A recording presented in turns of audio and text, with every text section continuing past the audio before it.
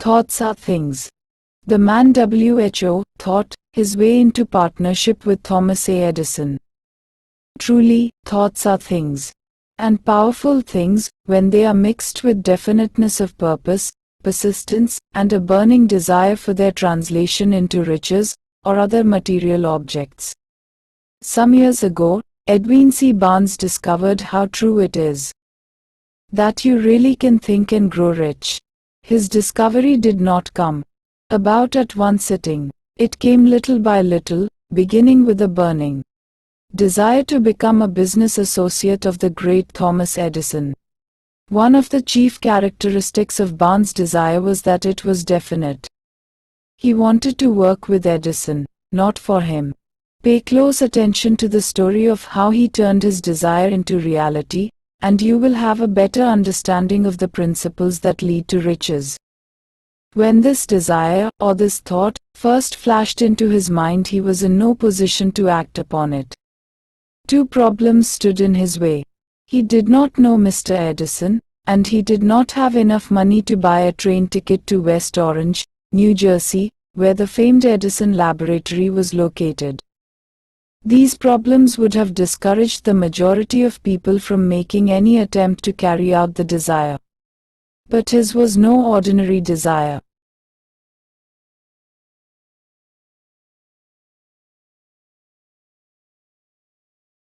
The Inventor and the Tramp. Edwin C. Barnes presented himself at Mr. Edison's laboratory and announced that he had come to go into business with the inventor.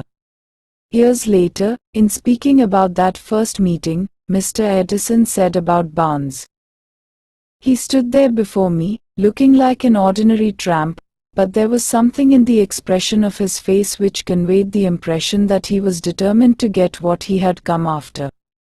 I had learned, from years of experience with men, that when a man really desires a thing so deeply that he is willing to stake his entire future on a single turn of the wheel in order to get it, he is sure to win. I gave him the opportunity he asked for, because I saw he had made up his mind to stand by until he succeeded. Subsequent events proved that no mistake was made. It could not have been the man's young appearance that got him his start in the Edison office. That was definitely against him. It was what he thought that counted. Barnes did not get his partnership with Edison on his first interview. What he did get was a chance to work in the Edison offices, at a very nominal wage. Months went by. Nothing happened to bring nearer the goal that Barnes had set as his definite major purpose. But something important was happening in Barnes' mind. He was constantly intensifying his desire to become the business associate of Edison. Psychologists have correctly said, when one is truly ready for a thing, it puts in its appearance. Barnes was ready for a business association with Edison. And he was determined to remain ready until he got what he was seeking.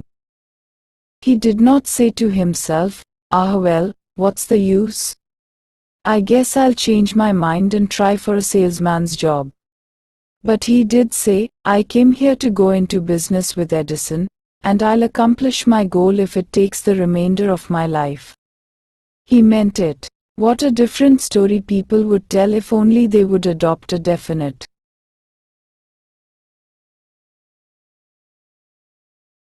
purpose and stand by that purpose until it had time to become an all-consuming obsession. Maybe young Barnes did not know it at the time, but his bulldog determination, and his persistence in focusing on a single desire, was destined to mow down all opposition and bring him the opportunity he was seeking. When the opportunity came, it appeared in a different form and from a different direction than Barnes had expected. That is one of the tricks of opportunity. It has a sly habit of slipping in by the back door. And often it comes disguised in the form of misfortune, or temporary defeat. Perhaps this is why so many people fail to recognize opportunity. Mr. Edison had just perfected a new device, known at that time as the Edison dictating machine. His salesmen were not enthusiastic about the machine. They did not believe it could be sold without great effort. Barnes saw his opportunity. It had crawled in quietly, hidden in a queer-looking machine that interested no one but Barnes and the inventor. Barnes knew he could sell the Edison dictating machine, and he told Edison so. Edison decided to give him his chance. And Barnes did sell the machine. In fact, he sold it so successfully that Edison gave him a contract to distribute and market it all over the nation. Out of that business association, Barnes made himself rich in money, but he did something infinitely greater. He proved that you really can think and grow rich. How much actual cash that original desire of Barnes was worth to him, I have no way of knowing. Perhaps it brought him $2 or $3 million. $3 million in the early years of the 20th century would be comparable to more than $50 million in terms of buying power at the beginning of the 21st century. But the amount becomes insignificant compared with the greater asset he acquired, the definite knowledge that an intangible impulse of thought can be transmuted into material rewards by the application of known principles. Barnes literally thought himself into a partnership with the great Edison. He thought himself into a fortune. He had nothing to start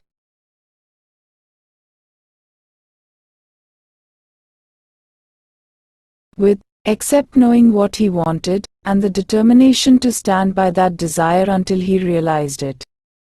3 feet from gold. One of the most common causes of failure is the habit of quitting when you are overtaken by temporary defeat. Every person is guilty of this mistake at one time or another. During the gold rush days, an uncle of my friend R.U. Darby was caught by gold fever, and he went west to Colorado to dig and grow rich. He had never heard that more gold has been mined from the thoughts of men than has ever been taken from the earth. He staked a claim and went to work with pick and shovel. After weeks of labor, he was rewarded by the discovery of the shining ore. He needed machinery to bring the ore to the surface. Quietly he covered up the mine and returned to his home in Williamsburg, Maryland. He told his relatives and a few neighbors about the strike. They got together the money for the machinery and had it shipped. R.U. Darby decided to join his uncle, and they went back to work the mine. The first car of ore was mined and shipped to a smelter. The returns proved they had one of the richest mines in Colorado.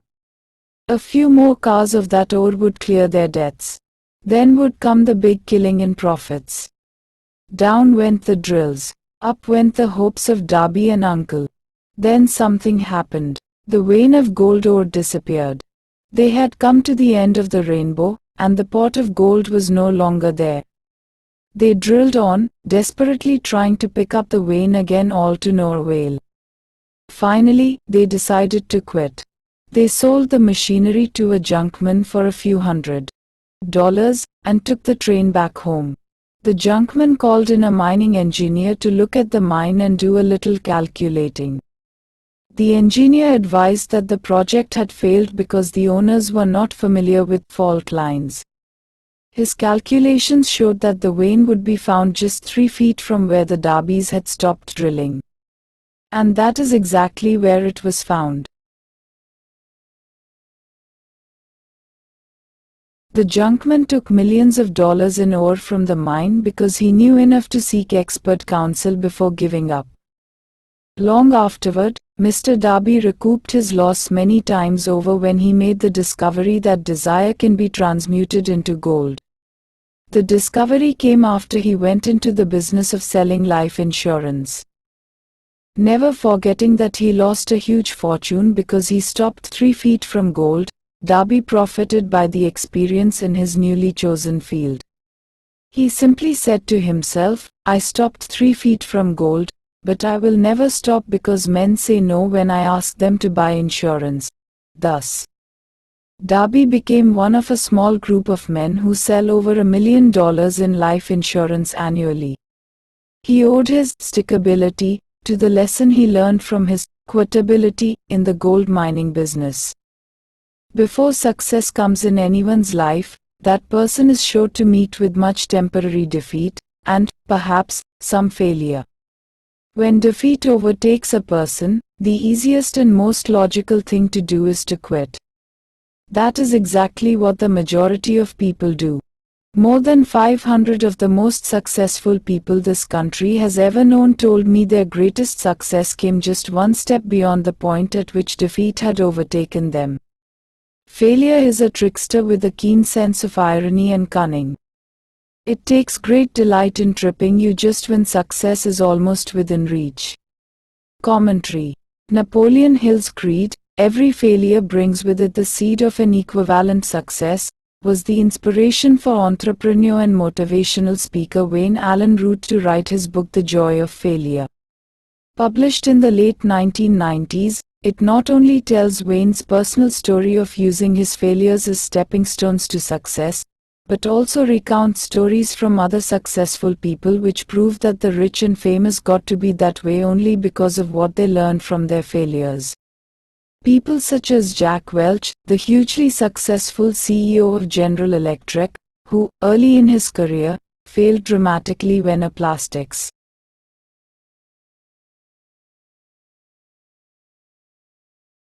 plant for which he was responsible blew up. Billionaire Charles Schwab was a failure at school and university, flunking basic English twice due to a learning disability, and then failed on Wall Street more than once, before he thought of the idea that grew to make him very rich indeed. Sylvester Stallone, Bruce Willis, Oprah Winfrey, Bill Clinton, Steve Jobs, Donald Trump, and a host of other equally well-known achievers all had to fail in order to learn the lessons that ultimately made them successes. Every one of them was a failure, but none of them was defeated. Charles F. Kettering, who patented more than 200 inventions including the automobile ignition, the spark plug, Freon for air conditioners, and the automatic transmission, said, "From the time a person is 6 years old until he graduates from college he has to take 3 or 4 examinations a year. If he flunks once, he is out. But an inventor is almost always failing. He tries and fails maybe 1,000 times, if he succeeds once, then he's in." These two things are diametrically opposite. We often say that the biggest job we have is to teach a newly hired employee how to fail intelligently. We have to train him to experiment over and over and to keep on trying and failing until he learns what will work. Failures are just practice shots. A 50-cent lesson in persistence. Shortly after Mr. Darby received his degree from the University of Hard Knocks, he witnessed something that proved to him that no does not necessarily mean no. One afternoon he was helping his uncle grind wheat in an old-fashioned mill. The uncle operated a large farm on which a number of sharecropper farmers lived. Quietly the door was opened, and a small child, the daughter of a tenant, walked in and took her place near the door. The uncle looked up, saw the child, and barked at her roughly, "What do you want?" Meekly, the child replied, "My mom says to send her 50 cents. "I'll not do it," the uncle retorted. "Now you run on home." But she did not move.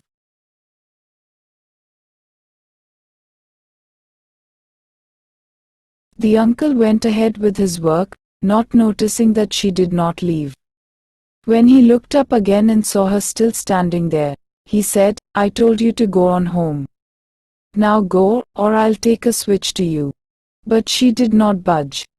The uncle dropped a sack of grain he was about to pour into the mill hopper, and started toward the child. Darby held his breath. He knew his uncle had a fierce temper.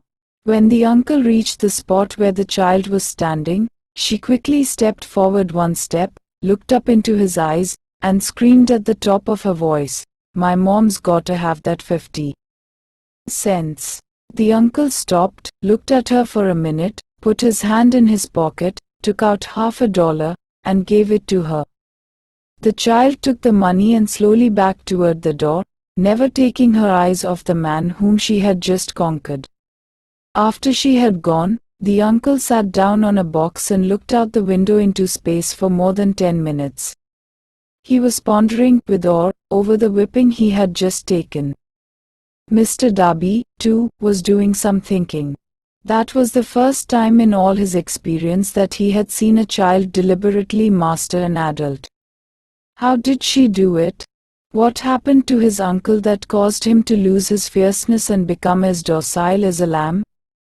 What strange power did this child use that made her master of the situation? These questions flashed into Darby's mind, but he did not find the answer until years later, when he told me the story. Strangely, the story of this unusual experience was told to me in the old mill, on the very spot where the uncle took his whipping.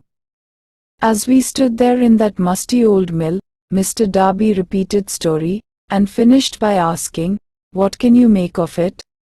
What the strange power did that child use, that so completely whipped my uncle?" The answer to his question will be found in the principles described in this book. The answer is full and complete. It contains enough details and instructions for you to understand and apply the same force that the little child accidentally stumbled upon. Keep your mind alert and you will learn exactly what's strange.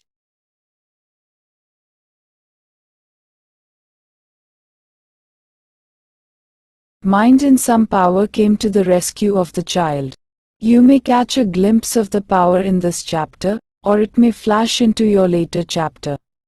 If you stay alert to the possibility, somewhere you will find the idea that will quicken your receptive powers and place at your command this same irresistible power. It may come in the form of a single idea, or it may come as a complete plan or a purpose. It may even cause you to go back over your past experiences of failure or defeat. And, in doing so, it may bring to the surface some lesson by which you can regain all that you lost through defeat. After I had explained to Mr. Darby the power unwittingly used by the little child, he mentally retraced his 30 years as a life insurance salesman. As he did so, it became clear to him that his success was due, in no small degree, to the lesson he had learned from the child. Mr. Darby pointed out, every time a prospect tried to bow me out, without buying, I saw that child standing there in the old mill, her big eyes glaring in defiance, and I said to myself, I've got to make this sale. The better portion of all sales I have made were made after people had said no. He also recalled his mistake in having stopped only 3 feet from gold.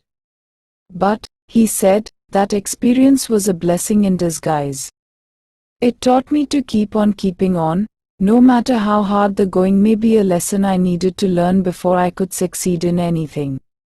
Mr. Darby's experiences were commonplace and simple enough, yet they held the answer to his destiny in life.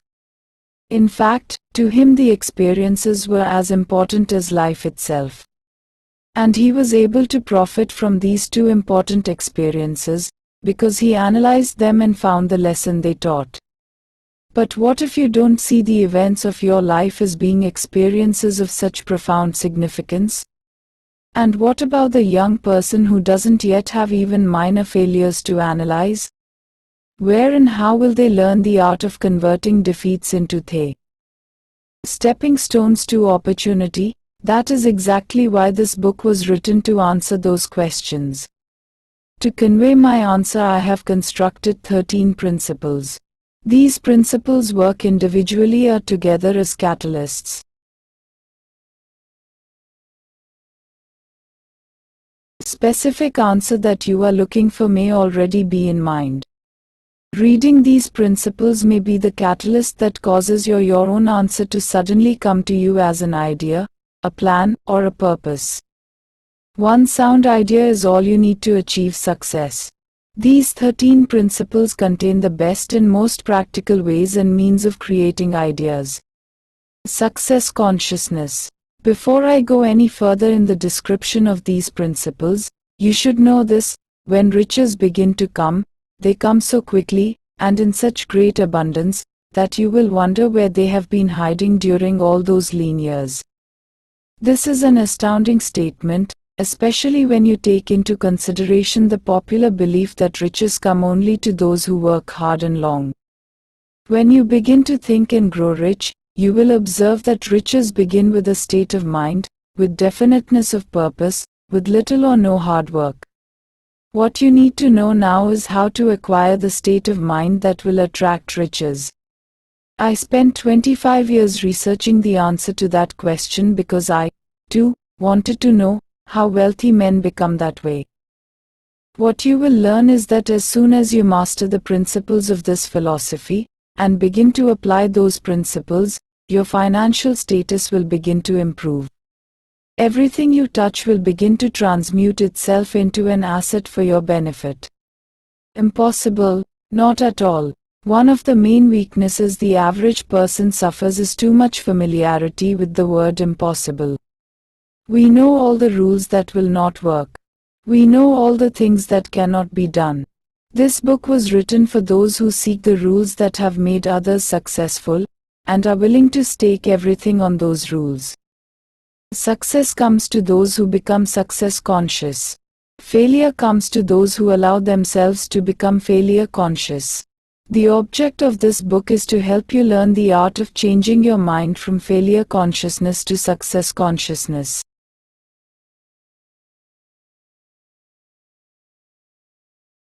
Another weakness is the habit of measuring everything, and poverty, everyone, by your own impressions and beliefs. Some of you reading this will have trouble believing that you can think and grow rich, because your thought habits have been steeped in misery, failure, and defeat. This kind of thinking reminds me of the story about the man who came from China to study at the University of Chicago. One day President Harper met this young man on campus and stopped to chat with him for a few minutes. He asked what had impressed him as being the most noticeable characteristic of the American people. "Why," the student exclaimed, "the unusual shape of eyes. It's all a matter of perspective and habit. The same is true of your belief in what a person can achieve.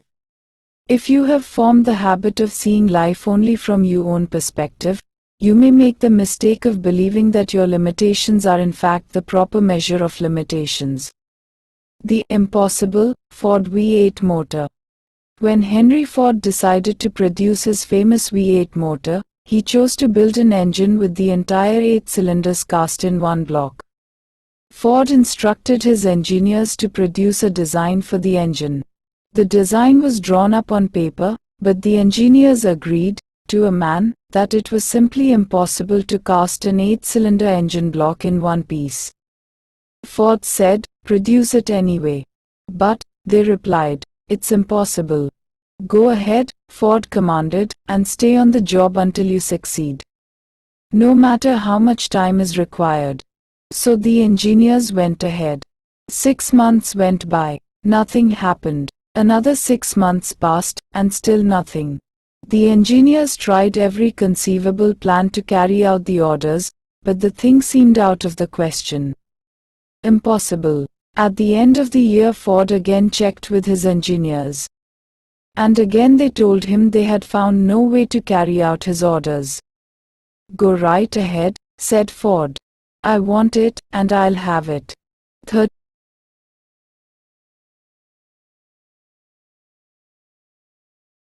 they went ahead, and then, as if by a stroke of magic, the secret was discovered. The Ford determination had won once more. Henry Ford was a success because he understood and applied the principles of success. One of these principles is desire, knowing clearly what you want. Remember this Ford story as you continue reading this book. Pick out the lines in which the secrets of his stupendous achievement have been described. If you do this, if you can put your finger on those particular principles that made Henry Ford rich, you may equal his achievements in almost any calling for which you are suited. Commentary. To those readers who may interpret Ford's actions as nothing more than obstinacy, the editors would point out that he was employing a technique that has become a common part of strategic planning in many industries including aerospace, computers, medicine, and the military. When launching large, complicated, long-term projects, the planners often know that at certain points along the way they will need components that simply do not yet exist. The fact that at the beginning there is no way to get from A to B does not deter them. There are many parts of the project they can get started on now, and they just assume that by the time they get to the point where they will need a technology or a device, they will have solved the problem of making it. And they have been proven right time and again. Stated simply, the technique is to clearly know what you want to accomplish, have faith in your ability to do it, and persist until you have accomplished your goal. Why you are the master of your fate. When the famed English poet William Henley wrote the prophetic lines, "First am the master of my fate, I am the captain of my soul," he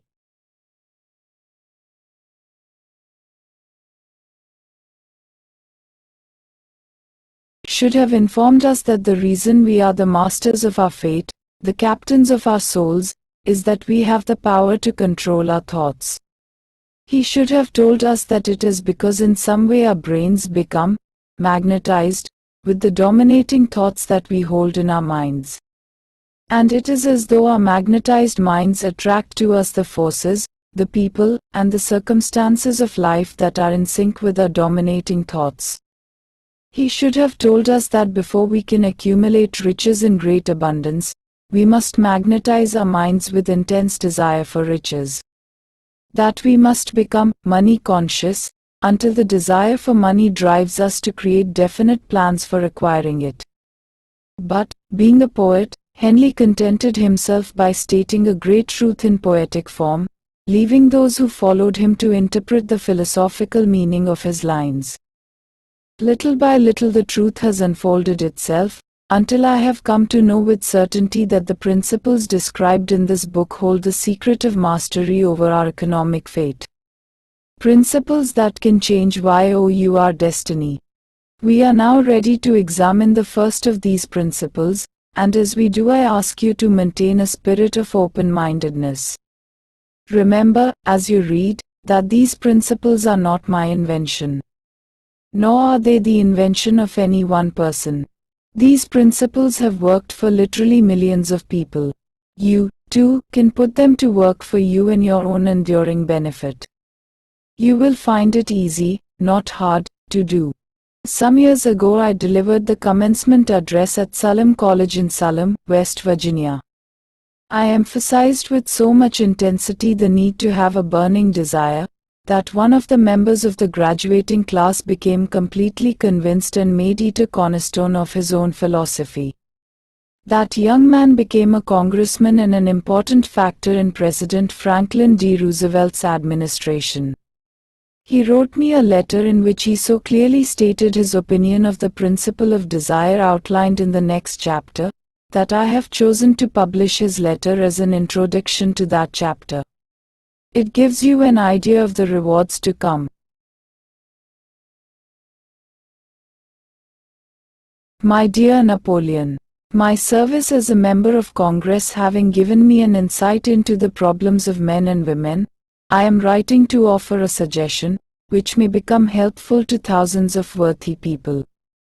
In 1922, you delivered the commencement address at Salem College, when I was a member of the graduating class. In that address, you planted in my mind an idea, which has been responsible for the opportunity I now have to serve the people of my state, and will be responsible, in a very large measure, for whatever success I may have in the future.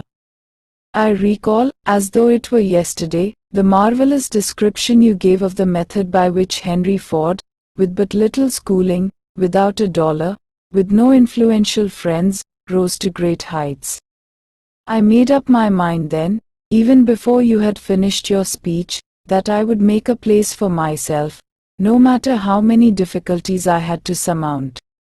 Thousands of young people will finish their schooling this year, and within the next few years. Every one of them will be seeking just such a message of practical encouragement as the one I received from you. They will want to know where to turn, what to do, to get started in life. You can tell them, because you have helped to solve the problems of so many, many people. There are thousands of people in America today who would like to know how they can convert ideas into money, people who must start from scratch, without finances, and recoup their losses. If anyone can help them, you can. If you publish the book, I would like to own the first copy that comes from the press, personally autographed by you. With best wishes, believe me. Cordially yours, Jennings Randolph.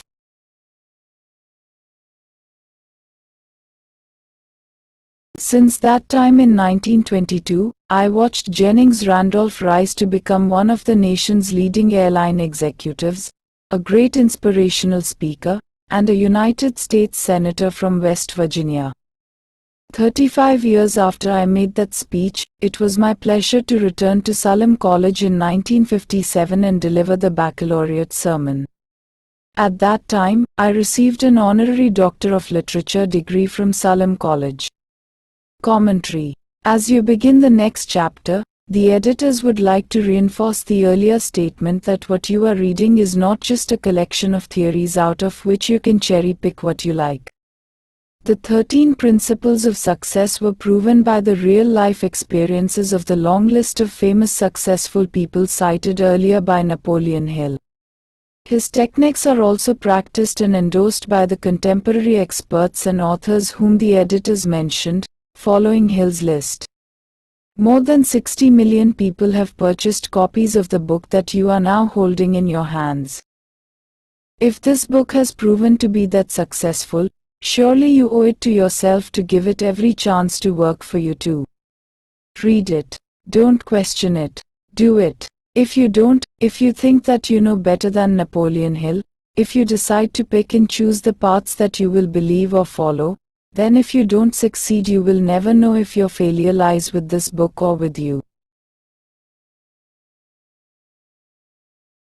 Thoughts are things. Whatever the mind of man can conceive and believe it can achieve. 37.